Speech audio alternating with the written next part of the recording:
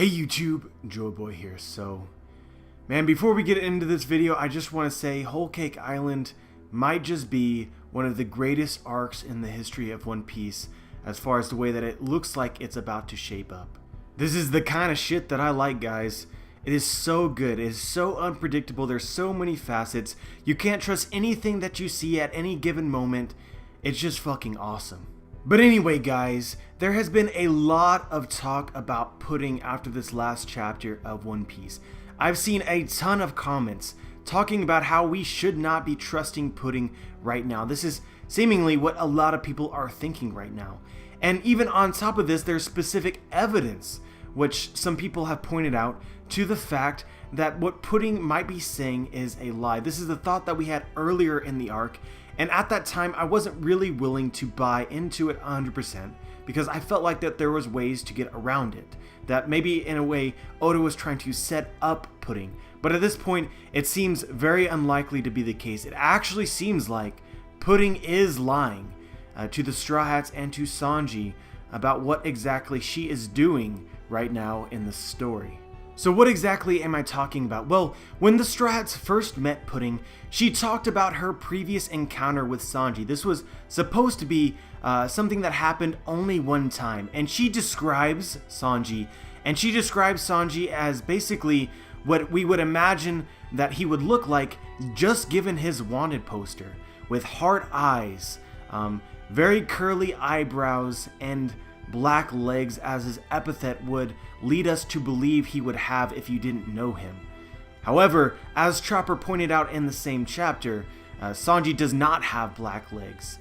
And so, at that point in time, many people started to think, okay, has Pudding actually met Sanji, or is she lying? And if she's lying, what does this mean? But guys, I'm still skeptical that this line had any real foreshadowing purposes as to indicating that Pudding was lying. Because as we learned later on in the arc, it seemed as though Sanji had already met Pudding by the time that Pudding is talking to the Straw Hats and describing Sanji. Additionally, while his epithet might indicate that he has black legs, and this really just refers to his black pants, if he didn't take off his pants, you wouldn't know that his legs underneath weren't black. So that could be some sort of justification for whether or not Pudding isn't sure whether his legs are actually black or not. And so guys, I shrugged it off. I said to myself, this is just Oda trying to set up Pudding. But there's more. And I want to draw specific attention to the fact that Chopper comments on Pudding's lack of understanding about what the black legs actually meant, if that Sanji did not have black legs. Well, I don't think that this had any real significance. I don't think that Pudding was lying at this specific point in time. I do think that Oda including this line is foreshadowing based on the information that was revealed in the last chapter. In chapter 845, Pudding reveals that up until this point in the story, Sanji has never even uttered a single word about them marrying. But guys, in chapter 828, Pudding reveals that she had a conversation with Sanji in which Sanji said this, and this was in quotation marks: "I would like to marry you, but I can't. I must return to my friends." And so my question to you guys is, how can you not utter a single word about marrying while specifically telling the other person that you can't get married to them? This does not make any sense. At this point, Pudding lying about something is practically confirmed in my eyes. And we actually have direct evidence that Pudding is in fact probably a very good liar, because in the very first scene in which we meet Pudding in the entire story, my god, fucking Goda, the very first scene, Pudding saves the day after Luffy and Chopper eat her cafe, and what does she do? She lies to everyone around her, saying that she had hired the Straw Hats all along. And she pulls this off so convincingly. And I'm not even done, guys. But in the Seducing Woods, you will remember that there was some very strange shit when we first got in there. Do you remember the clocks? They were everywhere in the forest, seemingly plastered on the trees. And do you remember how Nami's log poses were spinning randomly? Guys, we're outside of the Seducing Woods now. The Seducing Woods arc is over, and this part of that story has not been addressed at all. But at this point, I think that we can definitely confirm almost who caused this effect in the seducing woods. That person was Pudding. The clocks that were plastered on the trees, what do they most remind me of? The same exact clocks that we saw in Pudding's home when we first met her in Chocolate Town. And then again in chapter 845, we get to Pudding's room, and what is the first thing that Oda decides to show us in Pudding's room? It's a clock. At this point, Pudding equals clocks, and clocks being located in the seducing woods points directly towards Pudding. And do you guys remember also in the seducing woods, the Straw Hats were initially lured into the seducing woods because Luffy thought that he saw Sanji and Pudding standing in the coast. But they reached the coast and they couldn't find them. And so they searched around for a little bit, and then they finally saw Sanji. And they saw Sanji, but this was not the real Sanji. This was an imposter Sanji. But you'll notice that unlike later in the chapter where we met the imposter Luffy, which was a mirrored version of Luffy, this imposter Sanji was not mirrored. This was almost an exact replica of Sanji. And then again, we're gone, we're out of the seducing woods, and this effect, whatever it is that creates a perfect clone or image of somebody, this is still not explained. Why is this? I think it's also because this is part of Pudding's powers. Guys, I think Pudding is in the game, and she just might be overpowered. And we also can't forget that for the longest time, we believed that Pudding was the three-eyed girl, but the current Pudding does not appear to have 3 eyes. And this association, along with the evidence seemingly that Pudding may have some sort of illusion-based powers, would explain this. Pudding can basically cast a genjutsu on herself and on others to make them see things that they don't really see. Like, for instance, a version of Pudding without 3 eyes. So if we do see Pudding in the future and she reveals that her forehead does not have a 3rd eye, I don't think proves that she is not the 3-eyed girl. You can't trust anything in this arc. What are we supposed to believe in this arc of deception? That is really what it is. This is an arc where whatever you think that you know, you may not know. We have contradictions all the time. I've discussed on multiple occasions the lies that are associated with Big Mom, and now we have some associated with her daughter, Pudding. This whole elaborate plan that Big Mom has, keeping in mind that Big Mom has known that the Straw Hats have arrived since chapter 827. She allowed the Straw Hats to get to her main island. All of this is part of Big Mom's plan, and just the amount of deception here is just ridiculous. But I'm sure you guys are wondering, Joy Boy, do you think that Pudding is evil? Do you think that she has it out for the Straw Hats, or is this only partly a lie? Is she really rooting for the Straw Hats while at the same time playing her part in Big Mom's plan? That is actually what I think. I don't think that Pudding is straight up evil. I don't think that Big Mom is straight up evil. I think this whole entire thing is a huge elaborate plan to test the Straw Hats. If Pudding is indeed part of Big Mom's plan since the very beginning, it's really interesting what she decides to do. She basically confirms to the Straw Hats that their journey for Sanji is the right move, and she helps them to get to Whole Cake Island, which again sort of ties into her playing a role the entire time, because it seems as though Big Mom knew that the Straw Hats would arrive on Whole Cake Island, specifically at the coast, the southwestern coast, where she planted the trap, which was the seducing woods. But what Pudding actually did in this scene basically was, go and find Sanji, I will help you.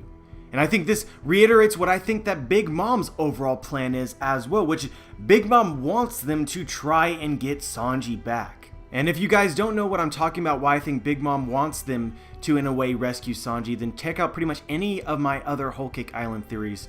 I've explained them in pretty much every single one. And so then we get into the seducing woods, and what does Big Mom do? Big Mom creates a challenge or a game or a test which she suspects that the Straw Hats may be able to overcome.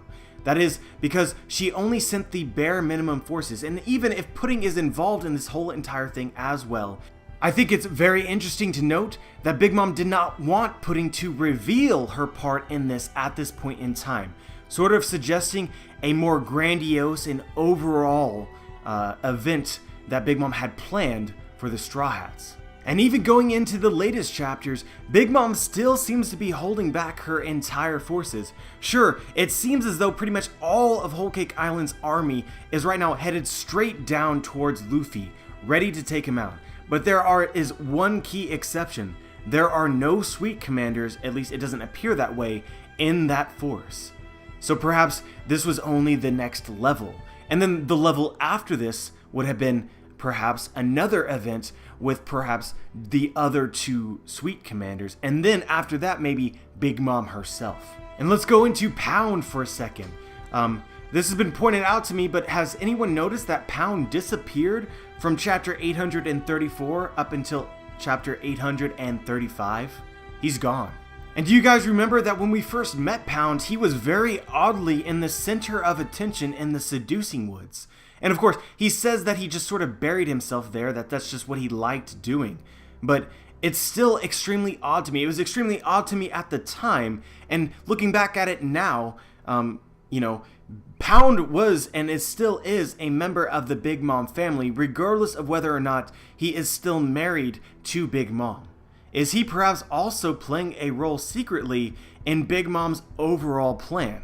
Who fucking knows? It's the Whole Cake Island arc. Like, seriously, like, anything is possible at this point. But it may not just be Pound or Pudding. It could in fact be every single one of Big Mom's family that are playing their part in creating this event for the Straw Hats. Charlotte Brûlée came off as very evil and cruel when we first met her. But is this just an act in order to scare the Straw Hats, or is this who Brûlée actually is? I don't even know at this point. Charlotte Praline is somebody that I often point to when I talk about the lies surrounding Big Mom, which is she said to Jinbei and the Fishmen that anyone who has ever tried to leave Big Mom's crew has died.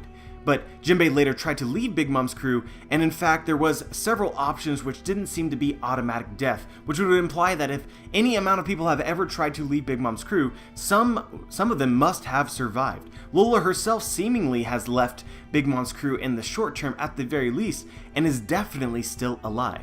But Charlotte Praline is a daughter of Big Mom. There's reason to suggest that Big Mom had known beforehand that Jinbei was capable of leaving her crew specifically to join the Straw Hat crew. She talks about before Jinbei even asks her, he says that he has something he needs to tell her, and Big Mom is like, do you plan on leaving my crew? Which suggests that Big Mom knew that that was possible.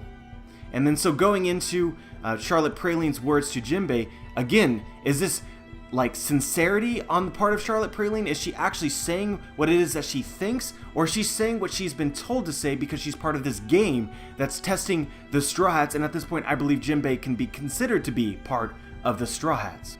At this point, guys, I'm really questioning whether Big Mom actually cares about the Vinsmoke and the marriage. If Big Mom truly is testing all of the Straw Hats, Luffy and Jinbei, then she perhaps is also testing Sanji. Big Mom knows everything. She knows everything about everyone's past.